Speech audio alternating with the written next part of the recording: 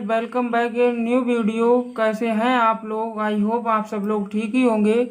मेरा नाम जीएस राठौर और आप देख रहे हैं मेरा यूट्यूब चैनल जीएस फार्मेसी वाला, जिस पर आज मैं आपके लिए लेकर आया हूं मेडिसिनल केमिस्ट्री का लेक्चर नंबर 2, जिसमें हम आज बात करेंगे फिजिको केमिकल प्रॉपर्टीज़ की। जो फिजिको केमिकल प्रॉपर्टीज़, ये बहुत ही इम्पोर्टेंट क्वेश्चन है। इससे हर बार एग्जाम में पूछा ही जाता है। आयोनाइजेशन ये हमारा फर्स्ट फिजिकल प्रॉपर्टी है इसकी। ये 2 मार्क्स के लिए बहुत ही इम्पोर्टेंट है। ये कई बार 2 मार्क्स में पूछा जा चुका है, तो आज हम इसी के बारे में बात करेंगे। तो देखिए, इसमें लिखा है कि आयोनाइजेशन क्या होता है। आयोनाइजेशन का मतलब होता है फॉर्मेशन ऑफ आयंस। तो फॉर्मेशन ऑफ आयंस क्या होता है फिर? तो ionization is the process of conversion of unionized molecule to ionized by gaining और लॉसिंग इलेक्ट्रॉन्स। गेनिंग और लॉसिंग इलेक्ट्रॉन का मतलब है कि जिस एटम पर इलेक्ट्रॉन की कमी होती है वो गेन कर लेता है, और जिस पर कमी नहीं होती है, जिस पर अधिकता होती है, वो उसको त्याग देता है। तो देखिए, H2O जैसे कि ये अनआयोनाइज्ड हमारा कंपाउंड है, और ये जो है हमारा H+ और हाइड्रोक्साइड आयन में टूट गया, यानी कि ये आयोनाइज्ड हो गया।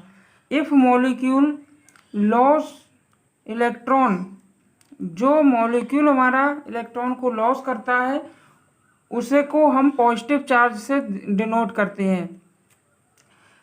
इफ मॉलिक्यूल एक्सेप्ट और gain electron so it acquire negative charge. जो हमारा एक्सेप्ट करता है या गेन करता है उसे हम नेगेटिव चार्ज से दिखाते हैं। अब आयोनाइजेशन हमारा मेडिसिनल केमिस्ट्री में पढ़ना क्यों ज़रूरी है वो समझते हैं। इसका इम्पोर्टेंस क्या है मेडिसिनल केमिस्ट्री के अंदर। देखिए, इम्पोर्टेंस ऑफ आयोनाइजेशन या role of ionization in biological action. Biological action का मतलब हमारा इसी से है कि मेडिसिनल केमिस्ट्री में क्या इम्पोर्टेंस है इसका। तो ionization play important role in pharmacokinetic. Pharmacokinetic वो जहाँ पे भी वर्ड आए वहाँ मतलब होगा ADME, absorption, distribution, metabolism and excretion of drug. तो ड्रग का एक्सक्रिएशन ADME में इसका बहुत बड़ा इम्पोर्टेंट रोल है। कैसे? देखिए, अनआयोनाइज्ड ड्रग जो होगी वो लिपोफिलिक नेचर में डिजोल्व होगी, और आयोनाइज्ड ड्रग जो होगी वो हाइड्रोफिलिक यानी वाटरी नेचर में डिजोल्व होगी।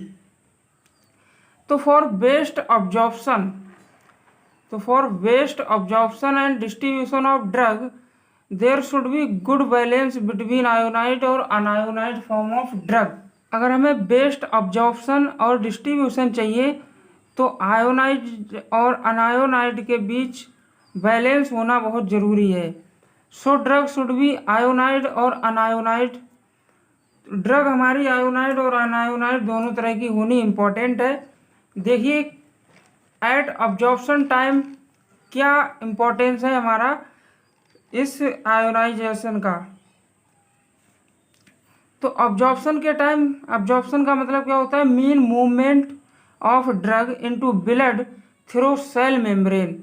सेल मेम्ब्रेन के थ्रू ड्रग का ब्लड में पहुंचना ही क्या कहलाता है? ऑब्जॉर्प्शन।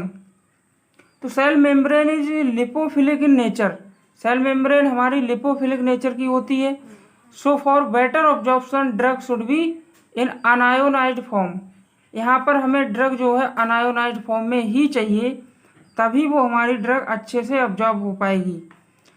दूसरा कहाँ है इसका इम्पोर्टेंट? देखिए, दूसरा है कि एट डिस्ट्रीब्यूशन टाइम पर आयोनाइजेशन का बहुत ही बड़ा रोल है कि डिस्ट्रीब्यूशन ड्रग का जब होता है ब्लड में, तो ब्लड से हमारा जो डिस्ट्रीब्यूशन होगा तो वो ब्लड जो होता है हमारा हाइड्रोफिलिक इन नेचर का होता है। तो so during distribution drug should be ionized. तो ड्रग हमारी आयोनाइड होनी चाहिए जब ब्लड में पहुंचे। तो at time of drug receptor interaction, drug interaction मतलब कि ड्रग से जब रिसेप्टर से इंट्रैक्ट होगी तो क्या कैसी होनी चाहिए हमारी ड्रग। तो at binding time with receptor drug should be unionized. जब वह बाइंड हो हमारे रिसेप्टर से तो उस वक्त हमारी ड्रग अनआयोनाइज्ड फॉर्म में होनी जरूरी है, क्योंकि cell membrane are lipophilic in nature. तो इससे क्या पता चलता है कि at last we conclude that drug should be ionized as well as unionized in nature, यानी कि ड्रग हमारी दोनों तरह से होना जरूरी है। दूसरा है हमारा कि सॉल्वेबिलिटी कई बार क्वेश्चन आ चुका है। मैं आपको एग्जाम पेपर दिखाता हूँ, देखिए इसमें ये भी हमारा 2 मार्क्स के लिए बहुत ही इंपॉर्टेंट है। यहाँ पर पूछा गया है कि डिफाइन सॉल्वेबिलिटी। तो इसका क्या होता है solubility, the ability of dissolving drug कैसे कितनी जल्दी कितनी ज़्यादा डिजॉल्व हो रही है हमारी, उससे मतलब है कि solubility is defined as the maximum amount of a soluble which can dissolve in a solvent at given temperature and pressure। एक निश्चित तापमान पर, एक निश्चित टेम्परेचर पर मतलब और निश्चित दाब पर कितना ज़्यादा से ज़्यादा हमारा अमाउंट जो है वो डिजॉल्व हो रहा है एक स्पेसिफिक सॉल्वेंट। मान लीजिए हमने एक गिलास वाटर है, उसमें कितना ज़्यादा से ज़्यादा हम उसमें चीनी घोल सकते हैं, वही कहलाता है हमारा सॉल्वेबिलिटी। तो देखिए यह एग्जाम्पल आपके सामने कि ये सॉल्वेंट है, इसमें हमने सोलूट डाला और दोनों मिला के सोल्यूशन बना। तो इसका रोल क्या है हमारा मेडिसिनल केमिस्ट्री के अंदर, हमारी बॉडी के अंदर बायोलॉजिकल सिस्टम। तो इन एब्जॉर्प्शन के समय इसका मेन रोल होता है कि solubility play important role in drug absorption, क्योंकि ड्रग जो होती है if drug is lipophilic so absorption will be high. Drug अगर लाइपोफिलिक नेचर की होगी तो ड्रग का अब्जॉर्प्शन जो है वो हाई होगा। इन बायो अवेलेबिलिटी में बहुत बड़ा रोल है कि बायो अवेलेबिलिटी होती क्या है। सबसे पहले तो the actual amount of drug that reaches in blood, जो एक्चुअल अमाउंट जो होता है हमारा अब्जॉर्प्शन में, जो ड्रग का जो ब्लड में पहुंचता है जितना अमाउंट, जैसे मान लीजिए हमने 500 mg की टैबलेट खाई और उसके बाद हमारी कुछ ड्रग का अमाउंट जो है हमारा लीवर के द्वारा मेटाबोलाइट कर दिया जाता है पहले ही, उसके बाद हमारा जो है वो ब्लड के अंदर पहुंचता है। जो अमाउंट ब्लड के अंदर पहुंचेगा उसी को हम बायो अवेलेबिलिटी बोलेंगे। तो bioavailability also depends on the solubility of the drug. ठीक, नेक्स्ट है इसमें हमारा chemical physical property partition coefficient. ये हमारा कई बार 2 मार्क्स में पूछा जा चुका है कि पार्टीशन कोफिशिएंट क्या होता है। तो partition coefficient is defined as the ratio of drug concentration in oil phase और वाटरी फेज। ड्रग का कंसंट्रेशन वाटर में कितना है और ऑयल में कितना है, उसी को पता लगाने के लिए हमारा पार्टीशन कोफिशिएंट काम आता है। तो क्या होता है role of partition coefficient in biological action. तो partition coefficient is used determine that drug will be hydrophilic and lipophilic in nature. Drug hydrophilic होगी या लाइपोफिलिक होगी, ये इससे पता चल जाता है हमारा पार्टीशन कोफिशिएंट निकालने से। क्योंकि देखिए इफ पार्टीशन कोफिशिएंट अगर 1 से अधिक होगा तो वो लाइपोफिलिक की होगी, और अगर 1 से कम होगा तो वो हाइड्रोफिलिक नेचर की होगी। देखिए यहाँ पर आता है हाइड्रोजन बॉन्डिंग। हाइड्रोजन बॉन्डिंग क्या होता है, hydrogen bonding is a special type of bonding which occurs between hydrogen atom and 2 electronegative atom such as fluorine, oxygen, nitrogen. FON से अगर हाइड्रोजन लगा है तभी उसको हम हाइड्रोजन बॉन्ड मानते हैं, अन्यथा हाइड्रोजन बॉन्ड बहुत सारे हाइड्रोजन बॉन्ड नहीं होते। जैसे एग्जाम्पल आपके सामने कि यहाँ पर दिया है H2O, ये है, यहाँ पर H हमने इसको तोड़ा HOH, तो ये जो इसके बीच जो बॉन्ड बना, ये भी हाइड्रोजन है, ये भी ऑक्सीजन है, तो यहाँ पर हमारा कोवालेंट बॉन्ड बना, जबकि ये सेम है, और यहाँ पर क्या है, हाइड्रोजन फिर ऑक्सीजन है, तो यहाँ पर हाइड्रोजन, ये जो बॉन्ड बना वो हाइड्रोजन बॉन्ड कहलाएगा। और नेक्स्ट क्या होता है कि all bonds with hydrogen atom are not hydrogen bonds. जो हाइड्रोजन एटम से लगे होते हैं वो सारे हाइड्रोजन बॉन्ड नहीं होते हैं। जैसे ये है, सोडियम से हाइड्रोजन लगा है, ये फ्लोरीन लगा है, तो नो हाइड्रोजन, ये कोई हाइड्रोजन बॉन्ड नहीं है। Hydrogen bonds are weaker than covalent bond and ionic bond but stronger than van der Waals force. ये वॉन डेर वाल फोर्स से क्या होता है, स्ट्रॉन्ग होता है। इसके टाइप्स होते हैं, टाइप्स देखिए क्या होते हैं, इंटरमोलिकुलर। इंटरमोलिकुलर में क्या होता है कि between two different molecules. Inter का मतलब है कि बिटवीन टू डिफरेंट मॉलिक्यूल। देखिए, hydrogen bonds form between two different molecules, so called intramolecular hydrogen bond. देखिए, ये जो बॉन्ड हमारा बन रहा है इस हाइड्रोजन और नाइट्रोजन के बीच, यही हाइड्रोजन बॉन्ड है, बाकी सारे हाइड्रोजन बॉन्ड नहीं है यहाँ पर। इंट्रामोलिकुलर का क्या मतलब है, तो इंट्रा का मतलब है यहाँ पर विद इन वन मॉलिक्यूल, एक मॉलिक्यूल के बीच साथ क्या होता है, हाइड्रोजन बॉन्ड का बन। जैसे कि यहाँ पर देखिए, ये जो है हमारा ऑक्सीजन और ये हाइड्रोजन, इसके बीच जो बॉन्ड बन रहा है वो हाइड्रोजन बॉन्ड होगा, वही है। नेक्स्ट देखिए, role of hydrogen bonding in biological action. Biological action में इसका क्या रोल है, तो hydrogen bonding increase water solubility means makes drug hydrophilic. ये ड्रग को हाइड्रोफिलिक बनाता है।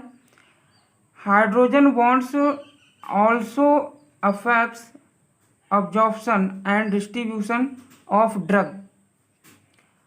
Hydrogen bonds play important role in drug receptor interaction. Drug receptor interaction का मतलब है कि specificity of ligand binding, ligand बोले तो ड्रग वही।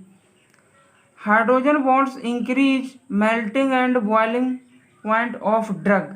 हाइड्रोजन बॉन्ड के द्वारा ही मेल्टिंग पॉइंट और बॉइलिंग पॉइंट भी इंक्रीज होता है। प्रोटीन बाइंडिंग, प्रोटीन बाइंडिंग आप पढ़ भी चुके होंगे। तो क्या होता है protein binding? Protein binding the process of complex formation of drug with protein is called protein binding. Protein and drug के बीच बॉन्ड जो बनता है उसे प्रोटीन बाइंडिंग बोलते हैं, और प्रोटीन बाइंडिंग के बाद हमारा प्रोटीन ड्रग कॉम्प्लेक्स बनता है। जैसे ये ड्रग है हमारा और ये प्रोटीन है, तो ये दोनों मिलके हमारा एक कॉम्प्लेक्स बनाएंगे। इसके बाद आता है कि when drug reach in blood circulation after absorption so it binds with plasma proteins, albumin, globulin, lipoprotein, alpha acid, glycoprotein. इन सारी प्रोटीन से हमारी ड्रग जो है वो बाइंड होती है ब्लड के अंदर, and this process is called protein binding. इसी प्रोसेस को हम प्रोटीन बाइंडिंग कहते हैं। प्रोटीन बाइंडिंग टू टाइप से होती है, reversible protein binding and irreversible protein binding. तो रिवर्सिबल प्रोटीन बाइंडिंग क्या होती है? Reversible protein binding, in this binding जो ड्रग होगा वो binds with protein by weak chemical bonds. Weak chemical bonds के द्वारा बाइंड होगा और दोबारा से टूट भी सकता है। हाइड्रोजन बॉन्ड होगा, आयनिक बॉन्ड होंगे, वॉन डेर वाल्स फोर्स होगा। ड्रग और प्रोटीन के बीच जो ड्रग प्रोटीन कॉम्प्लेक्स बनेगा उसके बाद ये टूट भी सकता है, यानी ये रिवर्सिबल होता है। और दूसरा इरिवर्सिबल, इरिवर्सिबल का मतलब है कि व्हेन जब drug binds with protein bye strong bonds like covalent bonds so this called irreversible protein binding. Drug protein का बाइंडिंग होने के बाद ये दोबारा से रिवर्सिबल टूट नहीं सकता ये बॉन्ड, इसीलिए इसको इरिवर्सिबल बोलते हैं। इसका रोल क्या है हमारा बायोलॉजिकल एक्शन, तो protein binding if affects distribution of drug across blood brain barrier and BPB placenta brain barrier binding increase half life और duration of action of drug by decreasing drug metabolism. Protein binding के बाद ये duration को भी increase कर देता है bye metabolism. Metabolism जब कम हो जाएगा, ड्रग का मेटाबॉलिज्म होगा ही नहीं, तो वो ड्यूरेशन ऑफ एक्शन उसका ऑटोमेटिक ही इंक्रीज हो जाएगा। बिकॉज बॉन्ड जो होता है drug remains as reservoir and only unbound drug get metabolized. Next है कि protein binding also decrease drug excretion decreased. अगर प्रोटीन बाइंडिंग जो है डिक्रीज होगा तो ड्रग एक्सक्रेशन डिक्रीज हो जाएगा। नेक्स्ट है हमारा जो कि सबसे लास्ट है चिलेशन। चिलेशन क्या होता है इसको फटाफट समझ लेते हैं, वीडियो लंबा हो रहा है। कि chelation is a type of complexation, a complex in which जिसमें many ligands form coordinate bond with central metal atom and form ring या साइकिल सो कॉल्ड चिलेट्स। जैसे कि ये मेटल एटम है हमारा सेंटर में, इससे ये लिगेंड्स मान लो या ये ड्रग मान लो, ये बाइंड कर जाते हैं, इसी को हम चिलेशन बोलते हैं। यानी एक या दो से ज़्यादा जो बॉन्ड बनते हैं drug metal central metal atom के बीच, उसे हम चिलेशन कहते हैं। देखिए नेक्स्ट आगे कुछ है इसमें कि the process of chelate formation is called chelation. यही जो चिलेट की फॉर्मेशन हुआ उसी को हम चिलेशन कहते हैं। द लिगेंड कौन होता है, वो donor which form coordinate bond with metal ion are called chelating agent. जो मेटल आयन के साथ जुड़ता है उसे हम चिलेटिंग एजेंट कहते हैं, जैसे EDT, पॉलीफॉस्फेट्स एक्सेट्रा। रोल क्या होता है चिलेशन का, तो role of chelation is biological action in the poisoning of lead. Lead का अगर आपको पॉइजन हो गया है और वैनेडियम, तो डिसोडियम हमारा ये डाइसोडियम भी होता है EDT, ये इज यूज्ड एज एंटीडोट, ये एंटीडोट की तरह यूज होता है। नेक्स्ट हमारा इसी में है कि इन आर्सेनिक पॉइजनिंग में भी इसका बहुत बड़ा रोल है कि dimercaprol used as chelating agent. Chelating agent यहाँ पर भी रोल निभाता है। समटाइम्स कभी कभी चिलेशन जो है डिक्रीज अब्जॉर्प्शन ऑफ ड्रग, जैसे इफ़ वी टेक ट्राई ये tetracycline with milk so chelate form and absorption decrease. जो अब्जॉर्प्शन है चिलेट फॉर्मेशन का वो डिक्रीज हो जाता है अगर हम टेट्रासाइक्लिन को मिल्क के साथ ले ले तो। नेक्स्ट है कि chelation therapy also used to reduces toxic effect of metal. Chelation therapy के द्वारा हम जो टॉक्सिक इफेक्ट है मेटल्स का उसको भी रिड्यूस कर सकते हैं। तो आज के वीडियो में मुझे सिर्फ यही बताना था। कैसी लगी आपको वीडियो? यदि आपको वीडियो पसंद आई हो तो चैनल को सब्सक्राइब कर ले। तो thank you, have a nice day. मिलते हैं नेक्स्ट वीडियो में।